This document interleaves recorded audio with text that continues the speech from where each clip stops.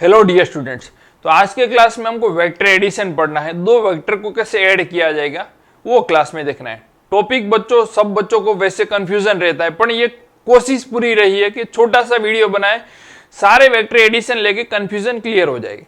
Start करते हैं बच्चों। कोई भी फिजिकल क्वांटिटी की बात करें तो फिजिकल क्वांटिटी हमारी कितने पार्ट में डिवाइड होती है? फिजिकल क्वांटिटी मेनली दो पार्ट में डिवाइड होती है। कौन कौन सी? एक तो स्केलर क्वांटिटी होती है, एक वेक्टर क्वांटिटी होती है। तुम लोग लास्ट क्लास में पढ़े होंगे। तो स्केलर क्वांटिटी ऐड करना है कोई बच्चों वाली बात है बच्चा। जैसे मैथ्स में ऑर्डिनरी अलजेब्रा मेथड पुरानी मेथड है। जैसे कि मेरे पास मास m1 बराबर 2 किलोग्राम दिया है, मास m2 बराबर बच्चों दिया है मान लो 3 किलोग्राम। ये दोनों मास है, दोनों स्केलर क्वांटिटी है, दोनों को ऐड करूं तो सर 5 किलोग्राम हो जाएगा। कोई दिक्कत नहीं सर, बढ़िया, बहुत बढ़िया, शानदार है। टेम्परेचर की बात करें तो मान लो एक मेरे पास टेम्परेचर 30 डिग्री सेल्सियस है, दूसरा टेम्परेचर 20 डिग्री सेल्सियस है, तो दोनों को ऐड करने की बात करें तो सर नॉर्मल सी बात है 50 डिग्री सेल्सियस हो जाएगा। ठीक है सर, क्योंकि यहाँ पे क्या होगा, मैग्नीट्यूड ही है, डायरेक्शन होता नहीं है स्केलर क्वांटिटी में। वेक्टर क्वांटिटी की बात करें बच्चों, मान लो इसमें डायरेक्शन भी होता है और ये एरो की लेंथ क्या रिप्रेजेंट करती है, उसकी मैग्नीट्यूड करती है। तो मान लो बच्चों फोर्स F1 है, कैसा लग रहा है सर? मेरा लग रहा है बच्चा 3 न्यूटन लग रहा है।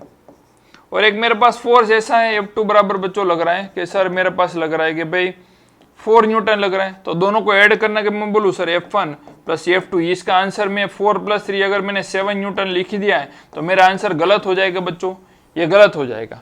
इसको मैं नॉर्मल एडिशन से नहीं कर पाता, 3 + 4 में 7 न्यूटन नहीं लिख पाऊंगा। तो इसको ऐड करना हो तो वही क्लास आज की क्लास में बच्चों देखना है। वेक्टर को कैसे ऐड किया जाएगा वही क्लास में देखना है। देखो, तो वेक्टर को ऐड करने के लिए नॉर्मल से दो मेथड होती। कौन कौन सी मेथड?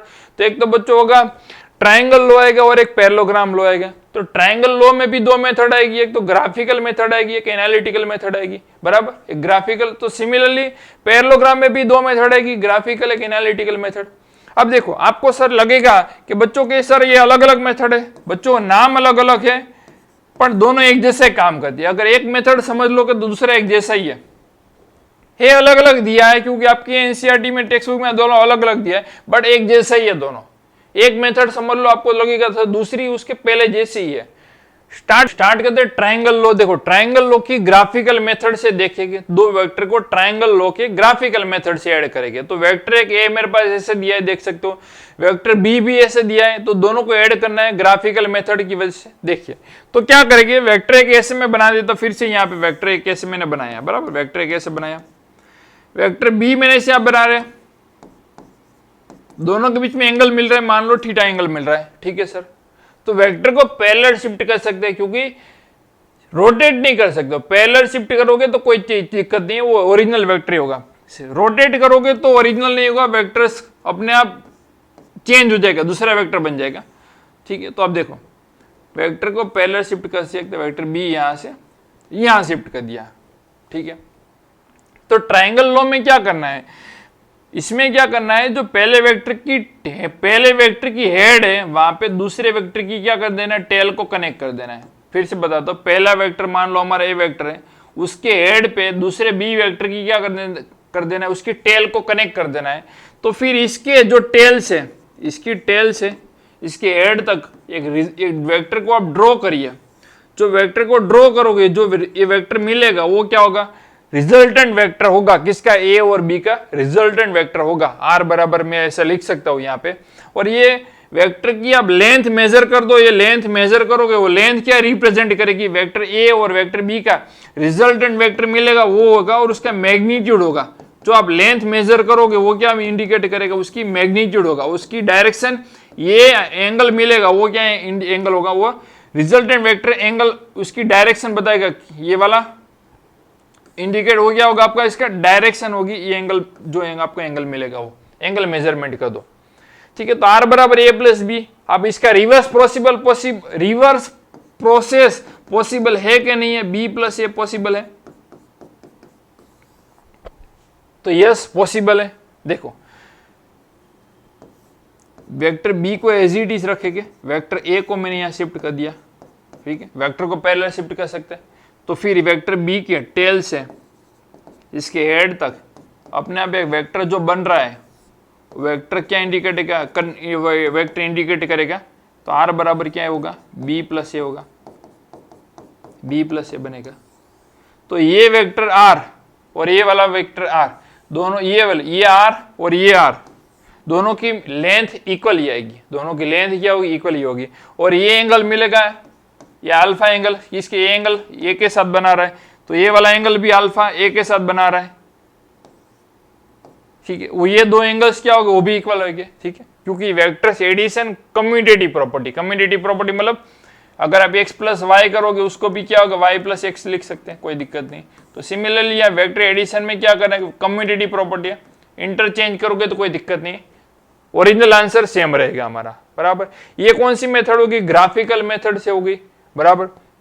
अब वही एनालिटिकल मेथड से मैं देखता हूं, ठीक है। अब देखो यहाँ पे जो इसका डेफिनेशन क्या कहती है, vector tail of one vector, मतलब हमने पहले वेक्टर की टेल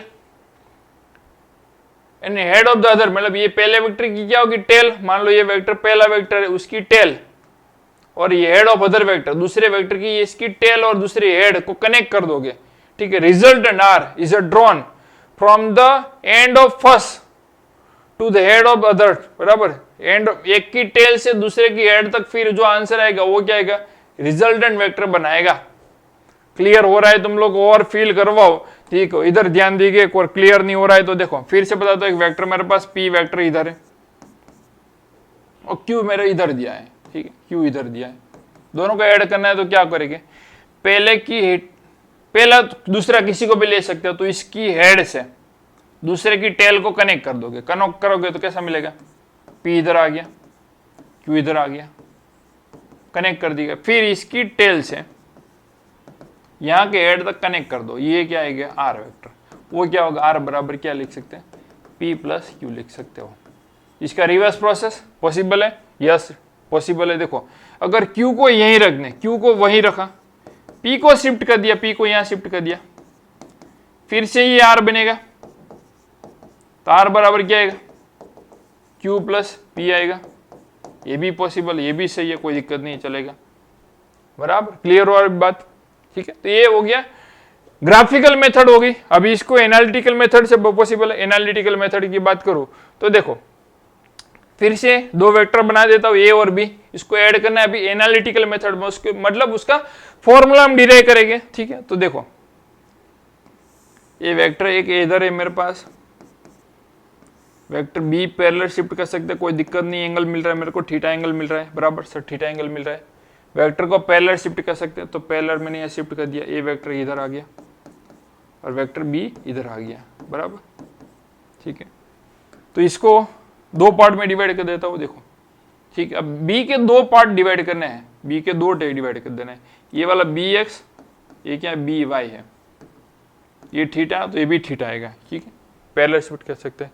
तो बी एक्स और बी वाई मिलकर क्या मिल रहा है, बी मिल रहा है, तो बी एक्स क्या होगा, तो यहाँ पे कोस थीटा का फॉर्मूला लगाइए, कोस थीटा का फॉर्मूला बराबर क्या है, base upon hypotenuse, B X divide by क्या आएगा, बी आएगा। तो बी एक्स बराबर क्या मिलेगा, बी कोस थीटा मिलेगा।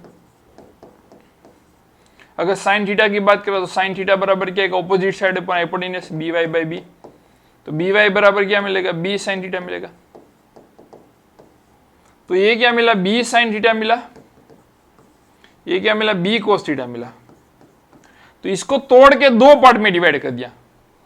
जैसे हमारा राइट एंगल ट्राइंगल होता है ना, 3 4, तो ये क्या होगा 5, तो 5 कब आएगा, 3 और 4 को, तो ये होगा, इसका मतलब ये 5 कहां से आएगा, 3 और 4 से, तो 5 आया, बराबर। तो ये आगे लेके चलूं तो ये डायग्राम को देखो, तो ये ए और बी एक्स दोनों सेम डायरेक्शन में ले, इसका ए की डायरेक्शन में ए प्लस बी कोस थीटा हो गया, क्योंकि सेम डायरेक्शन में नॉर्मल एडिशन कर पाएगी। ये क्या बन जाएगा, बी साइन थीटा मिल जाएगा। ये मेरा रिजल्टेंट वेक्टर आ गया, आर वेक्टर आ गया, बराबर। तो अभी इसको एंगल कितना मिल रहा है, 90 डिग्री मिल रहा है। तो पाइथागोरस लॉ लगाइए, पाइथागोरस लॉ लगाओगे बच्चों तो आर स्क्वायर इक्वल टू क्या होगा, देखो base A plus B cos theta का होल स्क्वायर बच्चा, प्लस क्या आएगा, बी साइन थीटा का होल स्क्वायर आएगा। इसको सिंप्लीफाई करोगे क्या आएगा, A square plus 2ab cos theta plus क्या आएगा, B square cos square theta plus क्या आएगा, B square sine square theta. दोनों में से कॉमन क्या निकल रहा है, देखो तो ये दोनों में से, तो बी स्क्वायर कॉमन में निकल रहा है, तो A square plus 2ab cos theta plus B square, common sine square cos square क्या 1 हो गया, तो आर स्क्वायर है। ये हमारे रिजल्टेंट वेक्टर है। अगर रूट के अंदर लिख दूं तो आर बराबर क्या है, A square plus B square plus 2ab cos theta मिलेगा। ये रिजल्टेंट वेक्टर का फॉर्मूला आया एनालिटिकल मेथड से।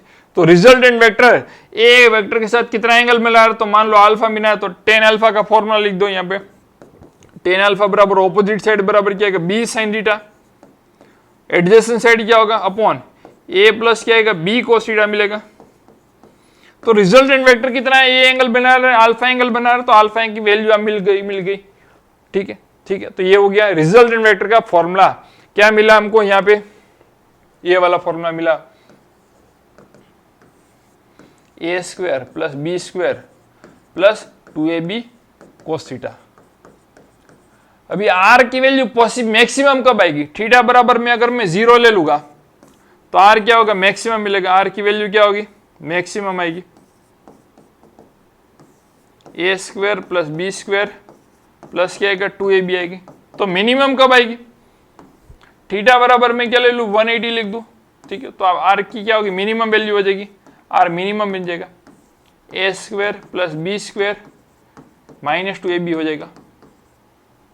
ठीक है, समझ में आई बात सबको। ये दो कंडीशन है। देखो थीटा तो फॉर्मूला से भी चेक कर सकते हैं। देखो आर मैक्स फॉर्मूला में रख दो, ए 3 का स्क्वायर प्लस 4 का स्क्वायर प्लस 2 3 इंटू 4, चेक कर लो। 3 का स्क्वायर 4, ये 16 हो जाएगा, ये क्या होगा 24 हो जाएगा। तो आंसर क्या है 49, 49 करो, आंसर क्या है 7 न्यूटन।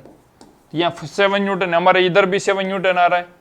अगर 180 है तो मेरा मान लो बच्चों 4 न्यूटन इधर लग रहा है, 3 न्यूटन इधर लग रहा है, तो दोनों का आंसर यहाँ डायग्राम से पता चलेगा। एक 4 न्यूटन इधर लग रहा है, 3 न्यूटन इधर लगेगा, तो नेट आंसर क्या आएगा 1 न्यूटन आएगा। तो फॉर्मूला भी चेक कर सकते हैं, मिनिमम कब आएगा 3 का स्क्वायर प्लस 4 का square minus 2 into 3 into 4, 25 minus 24, answer क्या है 1, 1 का रूट क्या है 1 न्यूटन ही होगा, 1 न्यूटन ही रहेगा। ठीक है, ये फॉर्मूला से भी हो गया, ये हो गया मेरा। तो ये फॉर्मूला है रिजल्टेंट वेक्टर का, R A square plus B square 2ab cos theta बराबर। अभी हमको क्या पढ़ना है, तो ग्राफिकल मेथड फाइंड करना है पैरेललोग्राम मेथड से। पैरेललोग्राम देखो एक जैसा ही है। पैरेललोग्राम की बात करूं तो इसमें क्या कर देना है आपको, वेक्टर एक ए बना देना है आपको, ये वाला वेक्टर एक ए बनाया, वेक्टर बी बनाया, ऐसे थीटा मिल रहा है दोनों के बीच में। फिर क्या करना है आपको बच्चा, ये वेक्टर बी को शिफ्ट नहीं करना है। ट्रायंगल लॉ में क्या किया था हमने, वेक्टर बी को शिफ्ट यहाँ पे किया और इसके टेल से यहाँ तक हेड तक अभी हमने वेक्टर को कनेक्ट किया था। यहाँ पे आपको ऐसे शिफ्ट नहीं करना है, पैरेललोग्राम बना दो। पैरेललोग्राम क्लास 9th में पढ़े होगे। पैरेललोग्राम में opposite side equal and parallel, ये साइड की बराबर ये साइड होगी, ये बराबर ये होगी। तो बी वेक्टर तो मैं यहाँ पे बी लिख सकता हूँ, कोई दिक्कत नहीं, लिख सकते। ए वेक्टर तो ए वेक्टर लिख सकते, कोई दिक्कत नहीं। फिर पैरेललोग्राम के डायगोनल बना दो, ये कॉर्नर से ये कॉर्नर तक, ये कॉर्नर से ये कॉर्नर तक आप डायगोनल बना दो। ये क्या इंडिकेट करेगा, रिजल्टेंट वेक्टर होगा। तो आर बराबर क्या मिल गया, ए प्लस बी। ये डायगोनल की लेंथ क्या रिप्रेजेंट करेगी, तो इसकी दोनों वेक्टर की एडिशन किया रिजल्टेंट वेक्टर है, उसकी मैग्नीट्यूड बराबर होगी। इसकी लेंथ क्या होगी, मैग्नीट्यूड बराबर हो जाएगी। आर बराबर ए प्लस बी, या आप इसको बी प्लस ए भी लिख सकते हो, कोई दिक्कत नहीं, चलेगा बी प्लस ए। ठीक है, तो आपको याद रख क्या रखना है, दो वेक्टर को ऐसे कनेक्ट कर देना है बराबर। फिर उसके सेम पॉइंट से डायगोनल बनाइए, उसकी जो ये आएगा वो क्या आएगा, रिजल्टेंट वेक्टर आएगा बराबर डायगोनल। डेफिनेशन क्या कहते हैं, देखो according to parallelogram of vector addition magnitude and direction by two adjacent side. ये दो एडजेसेंट साइड है, एडजेसेंट साइड है। और parallelogram drawn from a point, एक ही पॉइंट से दोनों को एडजेसेंट साइड को ड्रॉ कर देना है। And the resultant magnitude and direction is given by the diagonal. जो डायगोनल पास होगा, सेम पॉइंट से जो डायगोनल पास होगा वो क्या आएगा, उसका रिजल्टेंट वेक्टर होगा बराबर। उसकी एनालिटिकल मेथड की बात करूं तो कैसा होगा एनालिटिकल मेथड, तो कोई दिक्कत नहीं। एनालिटिकल मेथड में ऐसे ही रहेगा, क्या रहेगा देखो,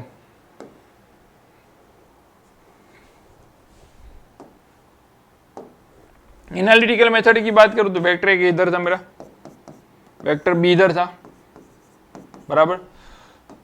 वेक्टर ये, तो फिर इससे हमने पैरेललोग्राम बनाया था, ये वेक्टर बी बन गया, ये एंगल थीटा होगा, ये भी क्या आएगा, थीटा आएगा, ये वेक्टर ये आएगा, रिजल्ट वेक्टर आर आ गया।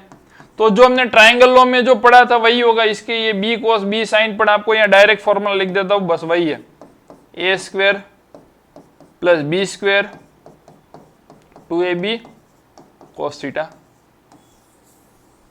इसके ये कंपोनेंट क्या होगा, बी कॉस थीटा बनेगा, ये वाला क्या होगा, बी साइन थीटा मिलेगा। तो अभी अब जो ट्राइंगल लॉ में हमने डेरिवेशन किया था, ये वाला,